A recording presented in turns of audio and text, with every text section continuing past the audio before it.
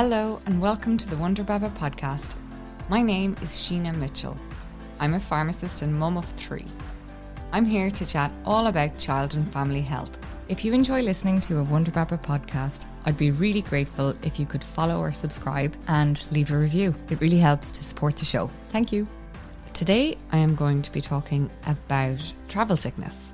And travel sickness, of course, can happen in cars or on boats or on planes.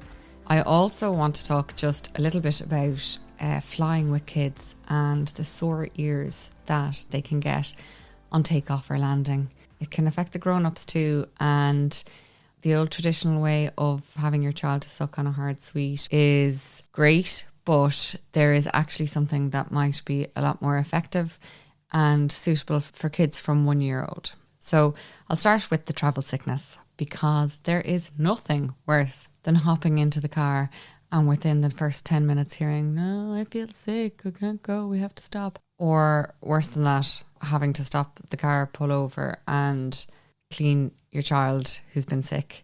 Either way, listening to the complaining about the travel sickness and actually dealing with the travel sickness, and just for your child experiencing the travel sickness, it's just a nightmare, and it can really, really limit you because, you know, you don't want to do that to your child or yourself, and you can decide, okay, do you know what, I won't go, we'll just stay here this weekend or whatever. And I suppose I just wanted to give a few tips on what ways you can actually help, which will hopefully make everyone more comfortable in the car and make those long journeys seem less daunting. So with travel sickness, obviously you get a lot of horrible symptoms. So you get things like dizziness, headaches, obviously nausea and vomiting. When it starts off and people are starting to feel a little bit sick, they generally tend to go a bit pale, and you'll notice the children start to produce more saliva and need to swallow more often. So actually that's quite a good way of spotting if you have a problem that you need to maybe deal with in the car. So if you notice your child starts swallowing a lot more and is looking a bit off, then definitely be prepared that travel sickness may well be kicking in. Your child also might become a little bit tired and irritable or drowsy, and they might start to breathe a little more quickly. So if you notice your child is kind of panting a little bit or taking quicker breaths, these are other early signs that a young child is not feeling well. So there's lots of people, unfortunately, who are more likely to suffer from motion sickness. Some of those people include people who suffer from migraines and those who suffer from heavy periods. But for the WonderBaba podcast, there's a couple of groups which are of particular interest. Obviously, the first are children between the ages of 3 and 12 years of age, because usually travel sickness starts to kick in from 2 or 3 onwards. And thankfully, a lot of kids grow out of it by the time they turn 12. The other group of people who can be affected are pregnant women. So if you're pregnant and you've never suffered with travel sickness, or you did as a child but it hasn't bothered you, it is something that can kick back in during pregnancy. It's worth saying that, of course, as your body gets used to the change in environment and the change in motion, it can adjust, and sometimes after a few hours into a journey, the sickness can calm down and go away and doesn't need treatment. So obviously that's great to know, but you know, you could have had 2 fairly torturous hours before that actually happens. So there are some ways that you can help to prepare your child for a journey. I'm going to start with the medical, and then I'll just give you some practical hints and tips. Okay, so in terms of medication, there isn't unfortunately anything you can give your child before they turn 5 for motion sickness. So as I said, I'll be touching off some tips to help reduce it afterwards, and these will all be very helpful, hopefully, for kids younger than 5. But if you have a child aged from 5 to 12 years, or indeed an adult or a child over 12, Stugeron might be a good option. So Stugeron is an anti-nausea medication, and it's used to prevent travel and motion sickness. The ingredient in it is an old-style antihistamine called cinnarizine, so it just helps to reduce that feeling of sickness. For children aged 5 to 12, they take a tablet 2 hours before travelling. So you do need to be prepared and be ready. You do need to take it 2 hours before you actually sit into the car. And then half a tablet every 8 hours during the journey. So if you're on a long haul flight or if you're on a boat journey, just remember that after 8 hours, you're going to have to give another half tablet. For adults or children over 12, you're taking 2 of these 2 hours before traveling, and then 1 tablet every 8 hours during the journey. The one thing about Studron is, like every medicine, they can have side effects, and sometimes they don't affect everyone, but they can make you a little bit drowsy. So just to bear that in mind. Unfortunately, Studron isn't really recommended during pregnancy. Something like ginger is quite useful. So if you can let a little bit of ginger soak in some warm water, fresh ginger is ideal, and let it soak in some warm water and drink it as a tea. I know a lot of people who soak it from the night before so that you have, I suppose, an optimum amount of ginger. That ginger can actually really help to settle your tummy, and that is safe during pregnancy. I know at one stage I tried to give ginger tea to my kids and no, they didn't like it. But maybe your children will. So ginger is definitely worth a shout. The next type of medication I want to talk about are Quell's tablets. So these are really handy because they are really fast at working.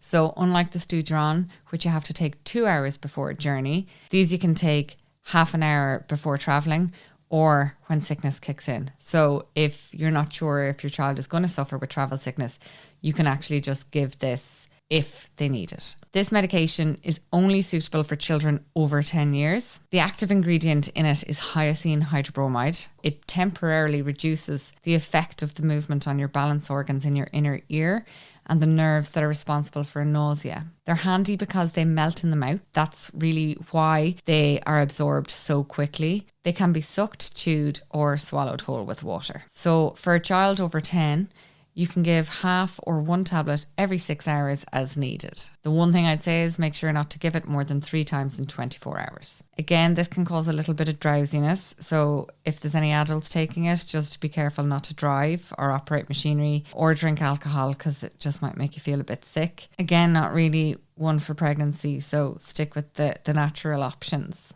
So that's the 2 main medications which are useful for travel sickness. A great drug-free option is C-bands. So these are suitable for children between the ages of 3 and 12, and they're also suitable for adults for nausea associated with pregnancy.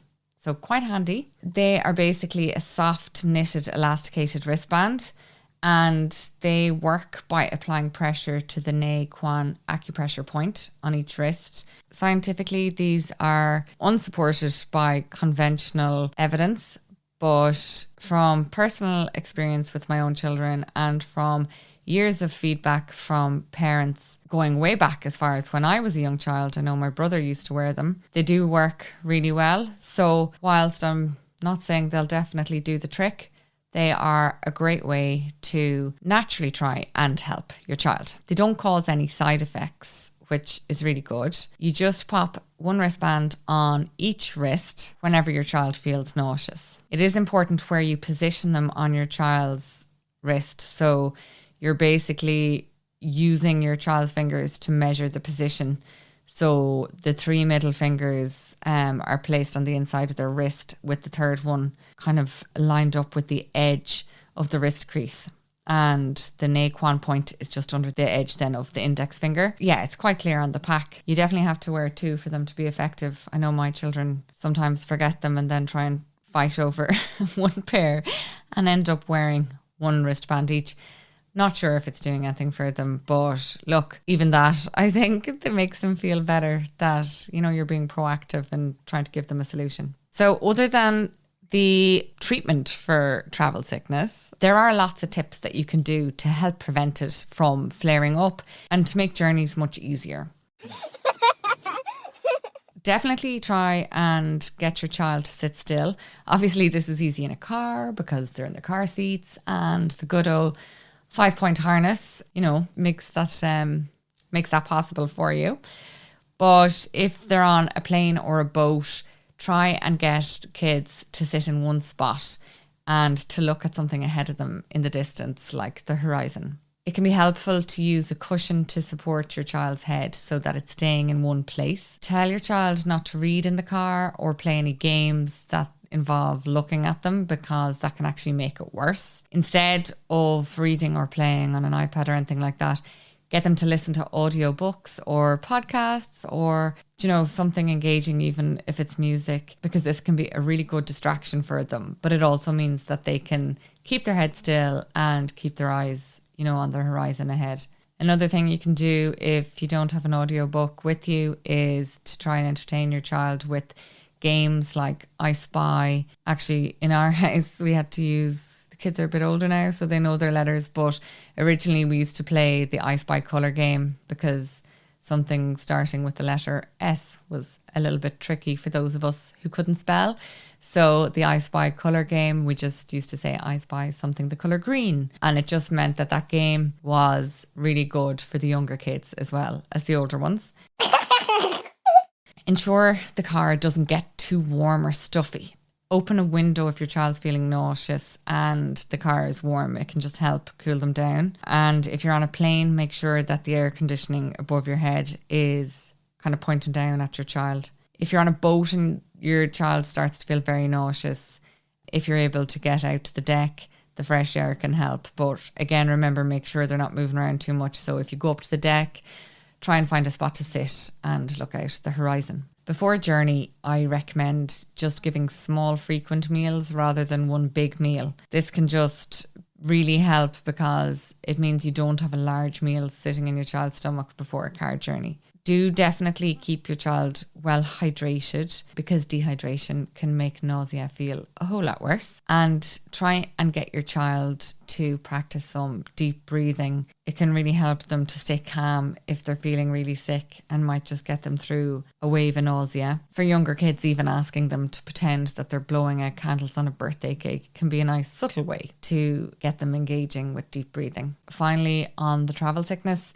this is a bit of a pessimistic solution, but just be sure to have sick bags and a fresh pair of clothes with you. There is absolutely nothing worse than getting caught off guard. Ugh. Yeah, horrendous. Not fun. Just like with toilet training a child and going on a long journey. It's a bit of a game of roulette. So yeah, be as prepared as you can. Right, so just the other thing that I wanted to pop into this episode, because I think it fits in quite nicely. Do you know when you're flying, and even as an adult, I still hate this, the problem that you have with ear pressure when you are taking off or landing, particularly landing. I mean, I've been on holidays where I've spent 3 days not able to really hear much out of one ear. Spent the time shouting at people going, what? What's she saying? So obviously for children, they can panic over that sensation, and they also, when they're actually popping, it can be quite painful, and they really don't understand, especially young kids. They just don't understand what's going on, and the only communication you will get about it is lots and lots of tears. So if your child seems to struggle a lot with air pressure on a plane, I would recommend using a product called earplanes. So these are basically earplugs, and they relieve discomfort when you're flying. They're made of latex-free silicone, and they're a great drug-free option. You get a pair in a pack, and they can be used from children 1 to 11 years of age. Not only do they help equalise the air pressure, they also help to block out some of the overpowering noise that the engines make. So if your child, hasn't flown before and is a little bit intimidated by the loud sounds of the engine, these are quite useful. They don't completely block out noise, so they can still obviously hear emergency announcements and whatnot, but just some of the scary sounds are reduced. You basically pop them in the ears. There's good instructions with the pack. You basically pinch your nose and blow, and then you just insert them into the ear and turn them like a little corkscrew until they kind of fit in well. You usually pop them in either just before you take off or an hour before landing. When you are flying and you're at maximum altitude, you can actually take them out and then just pop them in again an hour before landing. So it's quite handy. So yeah, they're a really good solution for that sore ear pain, which can cause an awful lot of upset when you're taking off and landing. hopefully this episode has helped to give you some tips and some ways to help alleviate travel sickness and ear pain on flights. Travel sickness should never really be a reason that you don't go somewhere, but obviously left untreated or by not preparing properly for a journey, it absolutely can be. And of course, the last thing you want is for your child to suffer. So it's worth being proactive and knowing what solutions are available for you and your child. All of the products that I discussed today are available on my website, WonderBaba.ie.